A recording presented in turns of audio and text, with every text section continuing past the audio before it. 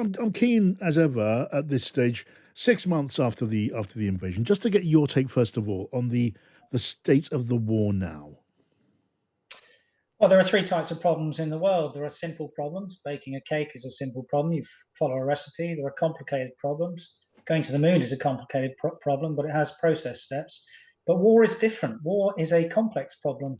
Each war is unique, and the outcome is uncertain. And the outcome of this is still uncertain. The best way to look at it is really through the prism of Avril Haines, the Defense National Intelligence Chief who briefs Biden, who said that Russia will struggle to overtake Donetsk, which is proven to be true. She said this in June. But Putin believes that time is on his side because we will tire of supporting Ukraine come the winter, and that we will still have a grinding struggle that will go on for an extended period of time. I think all of that is true with one caveat, and that is I do think the Russians can be kettled and crushed to the west of Kherson because the three rivers that really back onto them, that's the Pivdeni, the Dnipro, and the Inhulets, means that their supply is getting probably pretty low, and they might surrender en masse, and that could have a ripple effect because one of the uncertainties in war is the human domain of resistance. One of the things we always say that total means times or multiplied by your strength of will gives you the par resistance. And that is the really difficult thing to measure. We saw that on day one with the expectation that Russia would march in and take over within 3 days.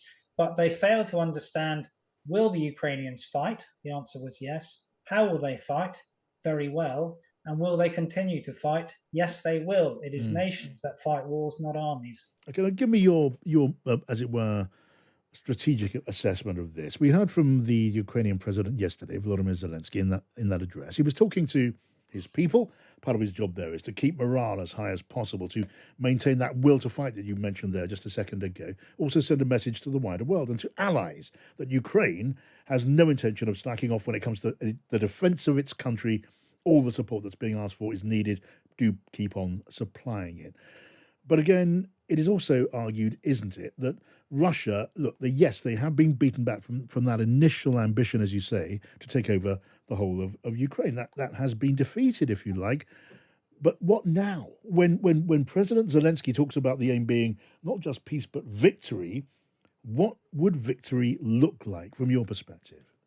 Well, he can only say that at the moment, and that is because he's in a democracy, and 89% of the Ukrainian population in opinion polls will not trade land for peace. That is, they will not allow the Donbass to continue to be Russian territory, or the third that was taken in 2014. Neither will they allow the Crimea or the bridge which is being connected between the two. So, as the leader of democracy, he has to say that. Whether that will change in time, we don't know, but that is his bottom line.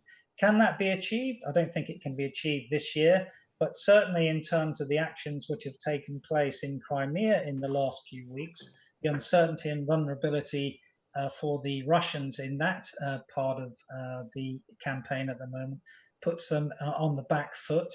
There was never an expectation that deterrence by punishment in terms of the economy and the sanctions would kick in really until in a meaningful way until Q3 2022. So that will get worse for the Russians.